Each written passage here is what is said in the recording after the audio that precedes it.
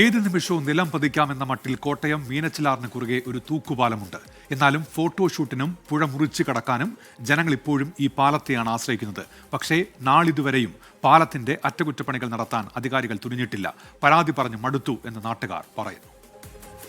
മീനച്ചിലാറിന് കുറുകെ ഒരു തുരുമ്പൻ പാലം, തൂക്കുപാലമാണ്. കാഴ്ചയ്ക്ക് അതിസുന്ദരം. പക്ഷേ സുരക്ഷയുടെ കാര്യം വരുമ്പോഴാണ് ഉൾക്കിടിലം തോന്നും. പൊട്ടലും ചീറ്റിലും വളവും തിരിവുമൊക്കെയായി ഈ പാലം പലപ്പോഴായി ആളുകളെ പേടിപ്പിച്ചു.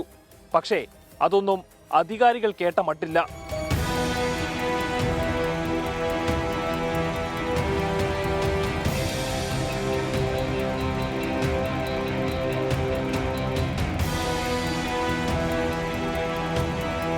എല്ലാ അഴകോടും കൂടി മീനച്ചിലാർ ഒഴുകിപ്പരക്കുന്ന ഇടം.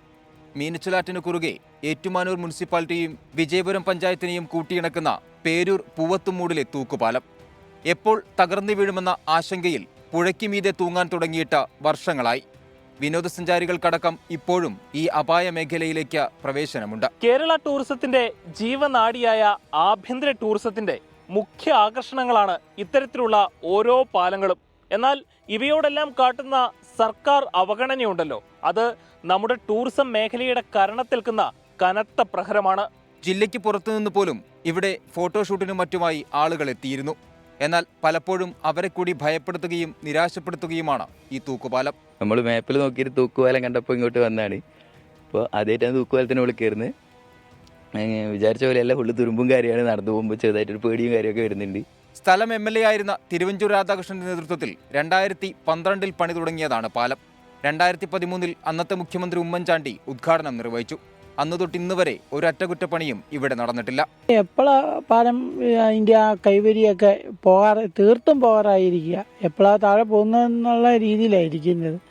ഇതിപ്പം ഫണ്ട് അനുവദിച്ചാലും അത് വിനിയോഗിക്കാൻ പറ്റുന്നില്ല. പുഴയുടെ ഇരുകരകളിലുമായി നിരവധി കുടുംബങ്ങൾ താമസിക്കുന്നുണ്ട്. പാലം വന്നതോടെ കടത്തിനെ ആശ്രയിക്കുന്നതും അവസാനിച്ചു. അധികാരികളോട് ജനങ്ങൾ പരാതി പറഞ്ഞു മടുത്തു. സ്ത്രീകളും കുട്ടികളുമടക്കം നിരവധി പേരാണ് ദിനംതോറും ഈ പാലത്തിലൂടെ കയറി ഇറങ്ങുന്നത്.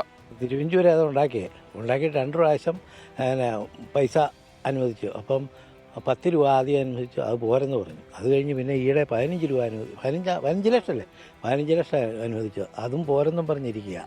2 തവണയായി പാലത്തിന്റെ അറ്റകുറ്റപ്പണിക്ക് പണം അനുവദിച്ചതായി ചിലർ പറയുന്നു. KEL ആണ് പാലത്തിന്റെ നിർമ്മാണം പൂർത്തീകരിച്ചത്. ഇപ്പോൾ അറ്റകുറ്റപ്പണിക്ക് പുതിയ കമ്പനിയെ കണ്ടെത്താൻ സാധിക്കാത്തതും വെല്ലുവിളിയാണ്. മൈലപ്പള്ളിക്കടവ് നടപ്പാതയിലൂടെ ഓരോ അടി വയ്ക്കുമ്പോഴും ഒന്നോർക്കുക, മറുകരയെത്തും വരെ അപകടം പതുങ്ങിയിരിപ്പുണ്ട്.